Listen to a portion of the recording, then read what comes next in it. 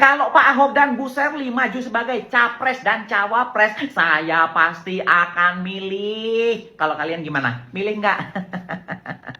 Oh, nggak mau karena agamanya non-muslim gitu, nggak. Nggak mau karena sukunya itu bukan suku Indonesia, nggak. Saya tidak akan memandang persoalan agama, tidak memandang soal suku apa aja. Yang penting kinerjanya. Percuma Muslim, tapi kinerjanya nggak bagus, korupsi, membiarkan rakyat menderita, rakyat kelaparan, rakyat susah, rakyat dijolimi.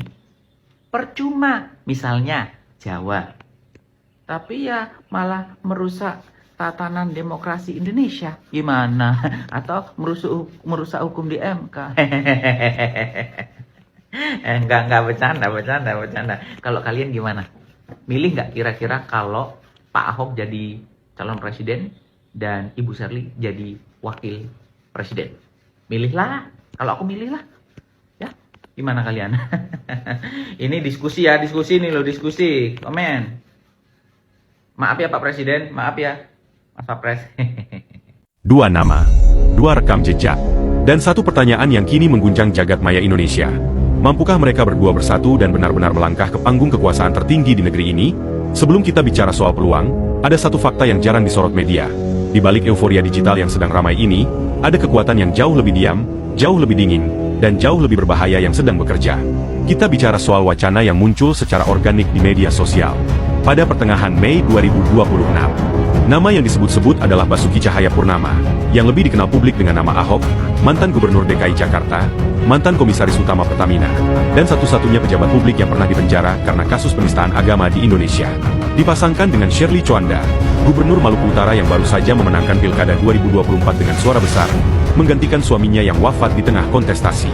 Warganet menyebut keduanya sebagai kombinasi pemimpin alternatif yang punya kapasitas nyata. Tapi benarkah demikian? Dan apa yang sebenarnya tersembunyi di balik ramainya percakapan ini? Mari kita telusuri dari awal. Ahok pertama kali mencuat sebagai figur nasional ketika menjabat sebagai Bupati Belitung Timur pada tahun 2005. Ia kemudian menjadi anggota Dewan Perwakilan Rakyat, lalu Wakil Gubernur, dan akhirnya Gubernur DKI Jakarta menggantikan Joko Widodo yang naik ke kursi Presiden. Selama memimpin Jakarta, Ahok dikenal dengan gaya tahan besi yang efektif namun kontroversial. Program normalisasi sungai, penataan kawasan kumuh, dan reformasi birokrasi membuat namanya naik di kalangan masyarakat urban. Tapi semua itu berubah dramatis pada tahun 2016. Sebuah video pidato Ahok yang membahas surat Al-Maidah ayat 51 viral di seluruh Indonesia, dan memicu gelombang demonstrasi besar-besaran yang dikenal dengan aksi bela Islam. Mulai dari aksi 4 Oktober hingga puncaknya 2 Desember 2016, yang dihadiri jutaan orang di Jakarta. Ahok akhirnya kalah dalam Pilkada DKI 2017, dan kemudian divonis bersalah oleh pengadilan dengan hukuman 2 tahun penjara pada Mei 2017. Ia bebas pada Januari 2019. Ya, teman-teman, memang bukan tanpa alasan kenapa Pak Ahok dan juga Sherly Coanda yang merupakan Gubernur Maluku Utara dipasangkan untuk maju di tahun 2029 nantinya. Dan ini bukan main-main yang memasangkan kedua tokoh ini, teman-teman. Bukan elit politik, bukan ketua partai politik, bukan para pengamat, dan bukan juga karena hasil survei dan elektabilitas. Tetapi yang memasangkan ini adalah akar rumput, yaitu rakyat sendiri. Ya, rakyat sendiri yang memasangkan Ahok dan Sherly Coanda ini tiba-tiba viral di media sosial, teman-teman.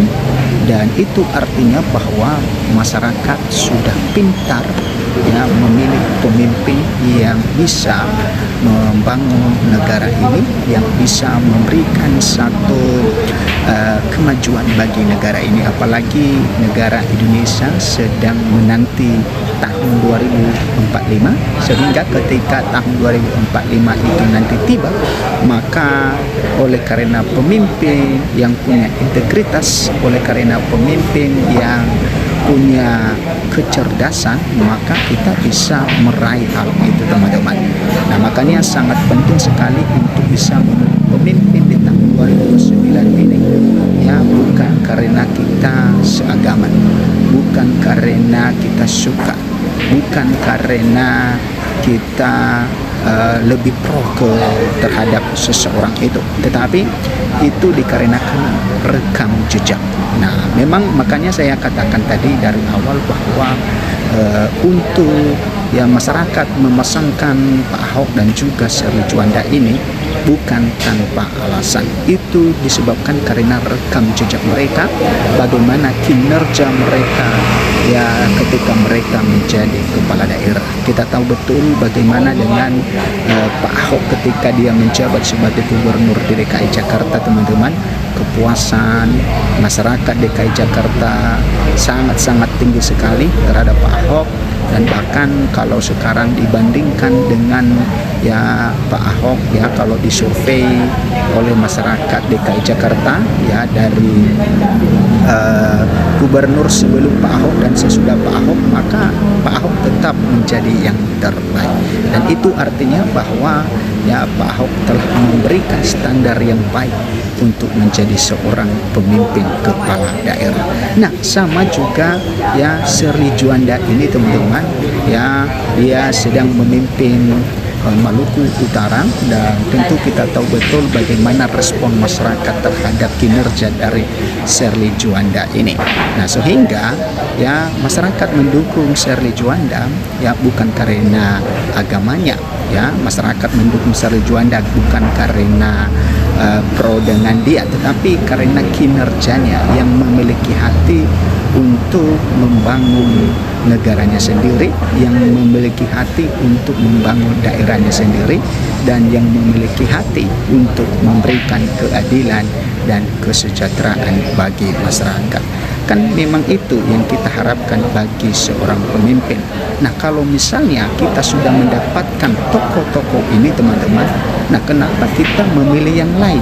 Nah, inilah yang kita harus gunakan akal sehat kita seperti apa, ya, karena nantinya ketika sudah dekat dengan tahun 2029, maka tentu banyak calon yang akan diusung, banyak calon yang akan dimajukan, maka tentu sangat pusing kita untuk bisa ya menentukan pilihan kita seperti apa. Nah, bagus dari sekarang ya masyarakat sudah menentukan pilihan mereka, memasangkan figur-figur tokoh-tokoh politik yang bisa diandalkan, karena nantinya kalau sudah dekat, maka dengan banyak janji-janji politik, dengan banyak janji-janji manis, dan juga banyak sembako yang beredar seperti tahun 2024 kemarin, ya maka kita bingung, masyarakat bingung memilih mana yang terbaik.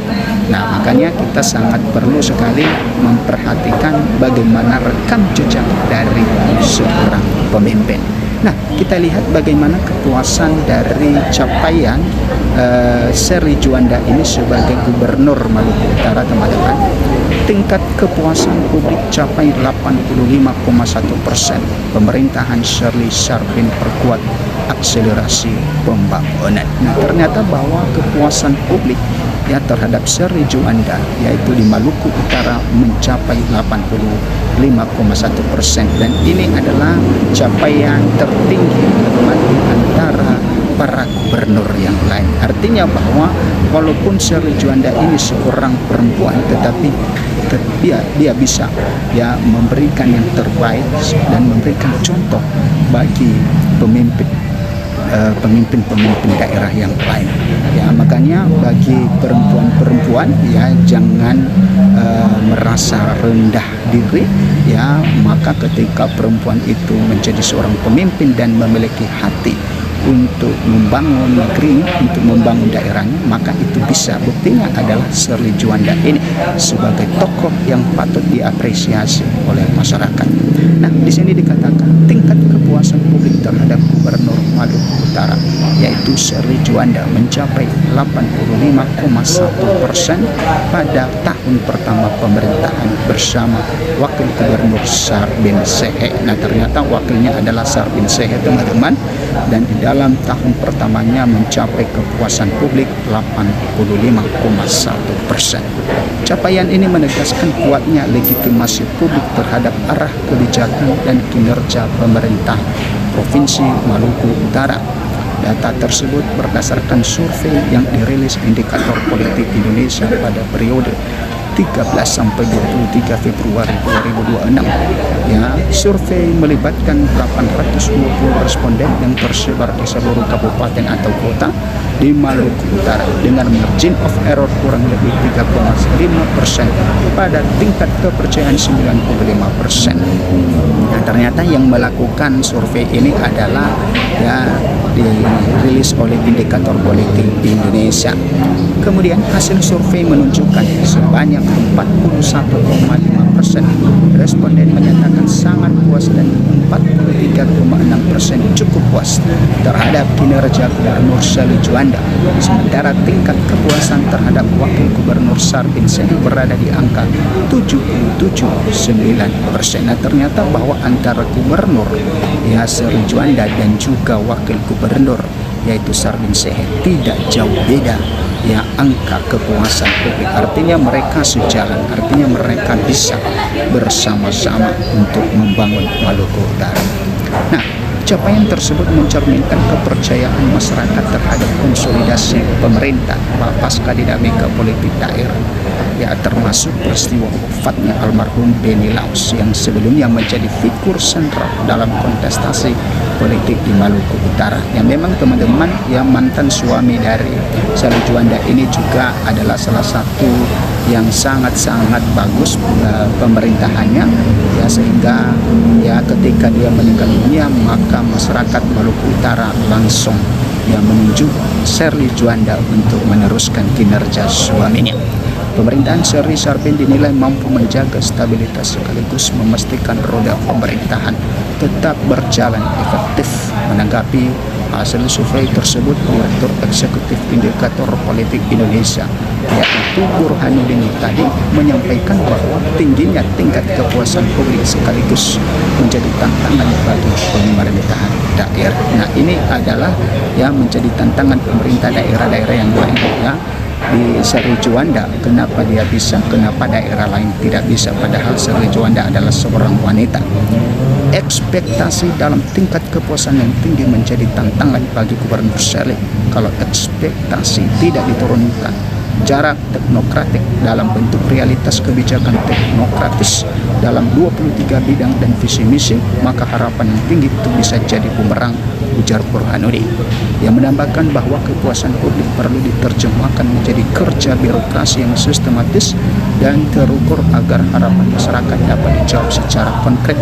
Menanggapi hal tersebut, pemerintah Provinsi Maluku Utara menegaskan komitmennya untuk terus memperkuat koordinasi lintas perangkat daerah, mempercepat realisasi program prioritas, serta memastikan setiap kebijakan berjalan berbasis perencanaan teknokratis dan kebutuhan real masyarakat.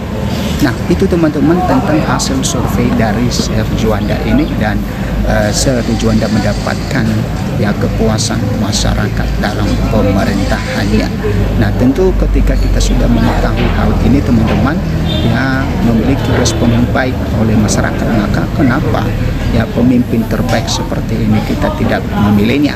Nah, ini yang menjadi satu pertanyaan ya, kadang-kadang memang ya sangat menentukan agama, tetapi kan sekarang masyarakat sudah pintar ya, memilih pemimpin bukan karena agama, memilih pemimpin bukan karena kelompok, tetapi memilih pemimpin karena rekam jejak kepribadian dan mampu memberikan yang terbaik bagi bangsa dan negara. Silakan memberikan komentar Anda. Sampai jumpa di video berikutnya.